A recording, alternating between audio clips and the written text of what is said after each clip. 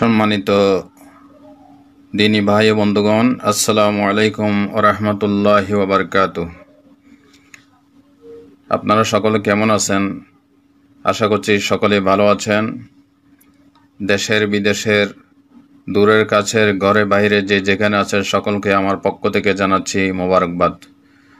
সম্মানিত প্রিয় দিনী ভাইরা, একটি গুরুত্বপূর্ণ বিষয় নিয়ে আমি সংক্ষিপ্ত কয়েক মিনিটের জন্য আপনাদের সামনে লাইভে আসলাম। সেটা হচ্ছে গোটা বাংলাদেশে একটু আগে একটি আশ্চর্যজনক এবং অগ্রহণযোগ্য, শরীয়তে যার কোনো ভিত্তি নেই, এ ধরনের একটি ঘটনা ঘটে গেল। নোয়াখালীতে নাকি কোন শিশুর জন্ম হয়ে এই শিশুটি বলে গেছে যে একযোগে আজান দেওয়ার জন্য এবং রং চা পান করার জন্য, করোনামুক্ত হওয়ার জন্য। আসলে প্রথম কথা হচ্ছে, আমরা যে করোনা ভাইরাস থেকে, যে মারাত্মক মরণব্যাধি থেকে বাঁচার জন্য এই কাজটি করলাম, এই ধরনের সেম ঘটনা নবী করিম সাল্লাল্লাহু ইসলামের জমানায়, সাহাবায়ে কেরামের জমানায় এই ধরনের মারাত্মক মরণব্যাধি মহামারী দেখা গিয়েছিল। এবং সেই মহামারীতে তারা কী কী আমলগুলি করেছিলেন, আল্লাহর কাছে কীভাবে পানা চেয়েছিলেন, সব কিছু ডিটেলস হাদিস শরীফে বিস্তারিত লেখা রয়েছে।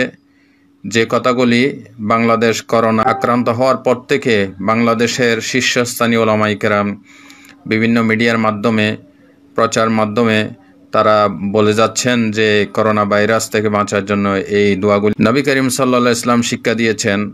ওই কোরআন হাদিসের গ্রহণযোগ্য দলিলের ভিত্তিতেই এদেশের শীর্ষ উলামায়ে কেরাম তারা বলে যাচ্ছেন যে আল্লাহর কাছে তওবা করার জন্য, আল্লাহর কাছে গুনাহ মাফ চাওয়ার জন্য, এবং যে দোয়াগুলি নবী করিম সাল্লাল্লাহু আলাইহি ওয়াসাল্লাম শিক্ষা দিয়েছেন, আল্লাহুম্মা ইন্নী আউযু বিকা মিনাল বারাস ওয়াল জুনুন ওয়াল জুযাম ওয়া মিন সাইয়্যিল আসকাম। সকালে সন্ধ্যায় 3 বার করে বিসমিল্লাহিল্লাযী লা ইয়াদুররু মা'a ইসমিহি শাইয়্যুন ফিল আরদি ওয়ালা ফিস সামা ওয়া হুয়াস সামিউল আলিম।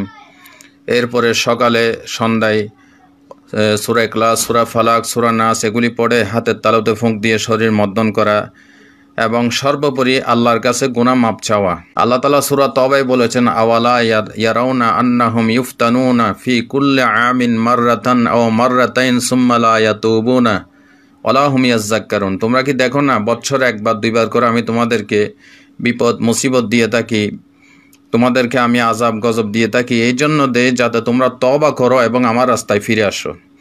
একটু আগে যে ঘটনাটি ঘটে গেল, এটা সম্পূর্ণ গ্রহণযোগ্য। হাদিস শরীফে বলা আছে কখন কখন আজান দিতে হবে। যেমন 5 ওয়াক্ত আজান দেওয়া হয়, বা বাচ্চা শিশু জন্ম নিলে, মুসলমানের ঘরে শিশু জন্ম নিলে আজান দেওয়া হয়, অথবা কোথাও জমিন প্রকম্পিত হচ্ছে, ভূমিকম্প হচ্ছে, তখন আল্লাহু আকবার বলা, আজান দেওয়া ইত্যাদি। কিন্তু এই ধরনের করোনা ভাইরাস বা মারাত্মক মরণব্যাধি মহামারী, প্লেগ রোগ মহামারী রাসূলের জামানায়, সাহাবায়ে কেরামের জামানায় ছিল, কিন্তু এই ধরনের আজান দেওয়ার কোনো সিস্টেম তাদের যুগে ছিল না। সুতরাং একটু আগে যে ঘটনাটা ঘটে গেল, ইসলামের সাথে, কোরআন সুন্নাহর সাথে, নবীজির আদর্শের সাথে এর কোনো দূরতম কোনো সম্পর্ক নেই। এই কাজগুলি আসলে তাদের কাছ থেকে বেশি ছড়ায় যাদের কাছে আজানের কোনো গুরুত্ব নাই। আজকে যারা আজান শুনে মসজিদের পাশে সিগারেট টানতে যায়, এদিকে আজান চলে এদিকে মদ পান করে, এদিকে আজান চলে এদিকে অশ্লীল গান শুনে, সিনেমা দেখে, নাটক দেখে, আজানের নামাজের যাদের কোনো গুরুত্ব নাই, তারাই এই কাজগুলি ঘটায়। ইসলাম এমন একটি ধর্ম যেটা কারো স্বপ্নের উপর নির্ভর নয়। কখন কি করতে হবে না করতে হবে সব কিছু আজ থেকে 1500 বছর আগে রাসূল আকরাম সাল্লাল্লাহু আলাইহি ওয়াসাল্লাম শিখিয়ে গিয়েছেন, কারণ ইসলাম একটি পরিপূর্ণ ধর্ম। এই জন্য হঠাৎ করে কোন শিশু কি বলে গেল, এবং সে কি রং চা পান করতে বলল, কিভাবে আজান দিতে বলল, এটা কে শুনেছে, কয়জনে শুনেছে, এটা শুনলে যে এটার উপরে সবাই একযোগে আজান দিতে হবে, এর কোনো গ্রহণযোগ্য ভিত্তি শরীয়তে নেই। যদি থাকতো তাহলে আমি নগণ্য সহ বাংলাদেশের যত উলামায়ে কেরাম এই পর্যন্ত করোনা ভাইরাস থেকে বাঁচার জন্য ইনফরমেশন দিয়ে যাচ্ছেন, তাহলে আমরা অবশ্যই আপনাদেরকে জানাতাম। এজন্য আপনারা এই সমস্ত জিনিসে কান দিবেন না। আজান অত্যন্ত ভালো জিনিস, কিন্তু এক যুগে আজকে এতটার সময় আজান দিতে হবে, কোন ছেলে বলে গেছে এটাই করতে হবে, এ ধরনের শরীয়তে কোনো গ্রহণযোগ্য এগুলি কোনো ভিত্তি নাই। আমার কাছে এই পর্যন্ত গোটা বাংলাদেশ থেকে, নোয়াখালী থেকে প্রচুর কল আসতেছে এবং প্রচুর SMS আসতেছে মেসেঞ্জারের মাধ্যমে এবং ইমোর মাধ্যমে, বা কলের মাধ্যমে, যার কারণে আমি বাধ্য হয়ে সকলকে আশ্বস্ত করার জন্য আমি আপনাদের সামনে লাইভে আসলাম। আপনারা কেউ মিসগাইডেড হবেন না, ভরসা রাখবেন আল্লাহর উপরে, তাওয়াক্কালতু আলাল্লাহ। এবং আপনারা হোম কোয়ারেন্টাইনে থাকেন, আপনারা নামাজ আদায় করুন সঠিক সময়ে। যে আজান 5 ওয়াক্ত আজান দেওয়া হয়, এটা হচ্ছে গ্রহণযোগ্য আজান। এছাড়া বাচ্চা হওয়ার সময় আজান বা ভূমিকম্প, জমিন প্রকম্পিত হচ্ছে ওই সময় আজান।